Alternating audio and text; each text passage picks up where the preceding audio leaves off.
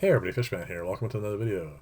This is Fisher Vlog number 22, and before I get into talking about these feeding rings, I thought I would go over a couple of comments I got on the last couple of videos, which were involving the mini diatom filter build. A number of people had mentioned that there must be a better way of charging the filter. Now, the old filter I had, the original build, was a small acrylic box that sat inside the aquarium, and of course that one sat outside on the lip of the tank. And then I would put the powder in that, and then of course remove the box, or at least open up the sliding doors for it. Now, because this one sits in the tank, what I've been doing, at least in the video, was, I used the carbon filter I had built. You need a container, and that container gets filled with water. You put the filter in that, get it all started, and of course add the diatom powder, wait till that fills up, and filters through, and then remove the container. And it is a bit cumbersome, so I thought I would try and come up with a simpler system for that. And hopefully I'll have something for you guys for next Wednesday, and if not, then hopefully sometime in the near future. Because it would be interesting to have something a lot more simplistic, and of course, obviously, less obtrusive. So, on to the feeding rings here.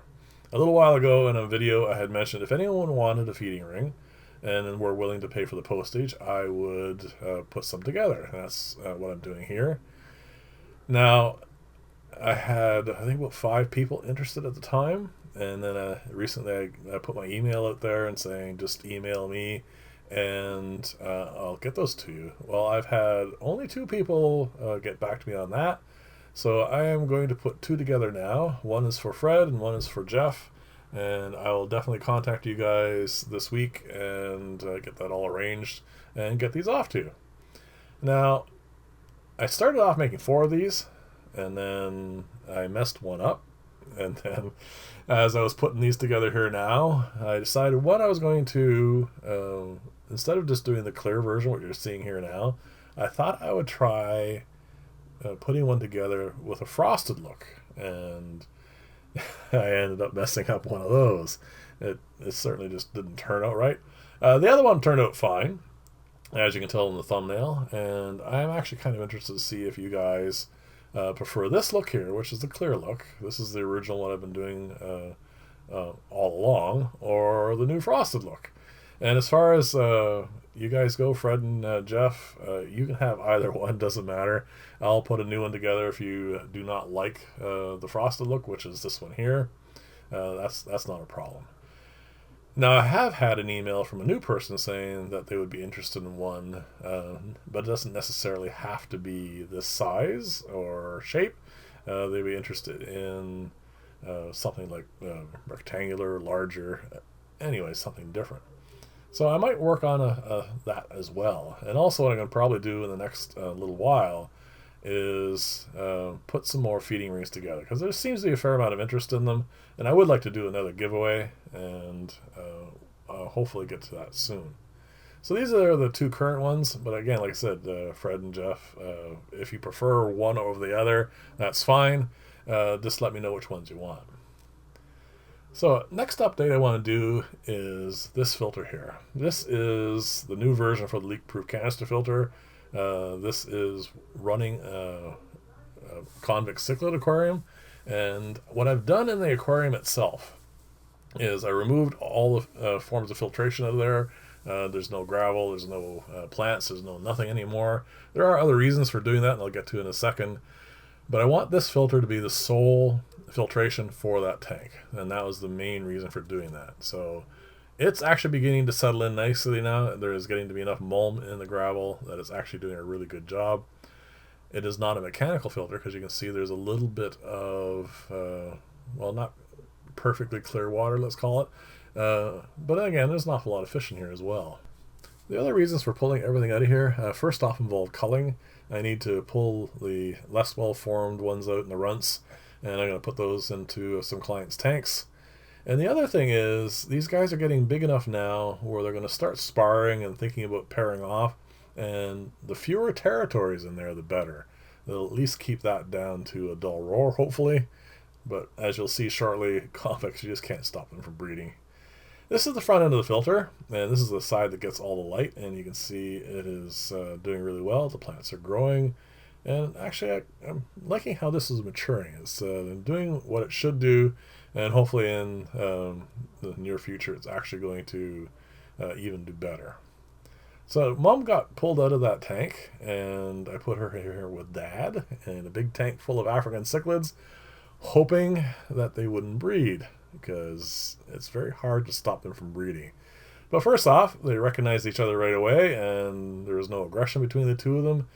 But unfortunately, as you can see, her ovipositor there is down, and I'm pretty sure she's laid eggs in that flower pot.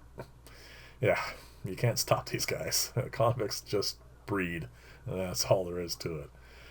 Well, the fry are going to get eaten, obviously. At some point, I may require more of them, and I'll take this pair and put them in their own tank, but until then, I'm just going to leave them in there. I wanted to update on this. This is the white vinegar eel culture, and as you can see, there's plenty of worms in here, or nematodes, I guess I should call them, but it's still not what it should be. It is doing okay.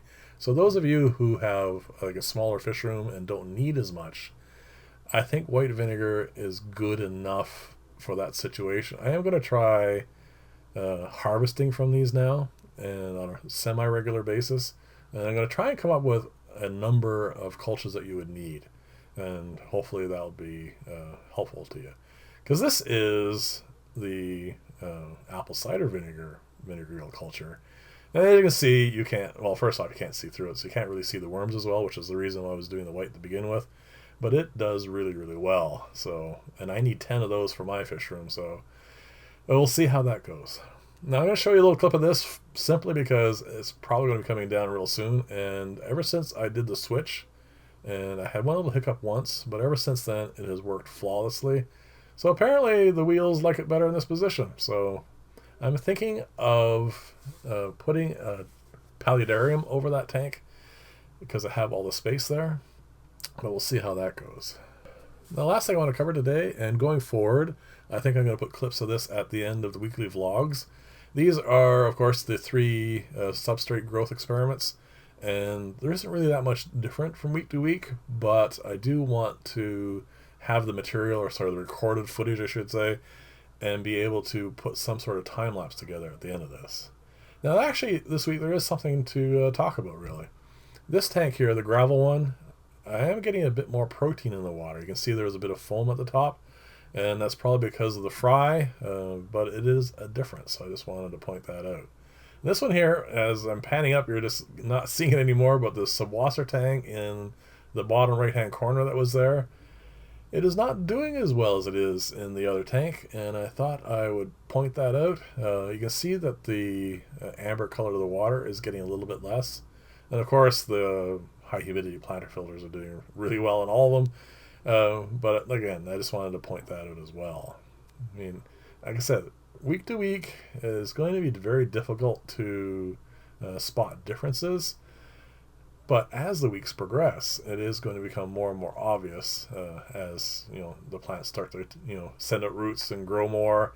There is no real difference other than the fish. The one had to spawn, but obviously these are guppies. They're all going to do that. This is the plant growth substrate, and you can see the subwasser tang is doing quite well here. But again, this is just early on. There's not really any real difference in any of these yet. So that's pretty much the end of this video.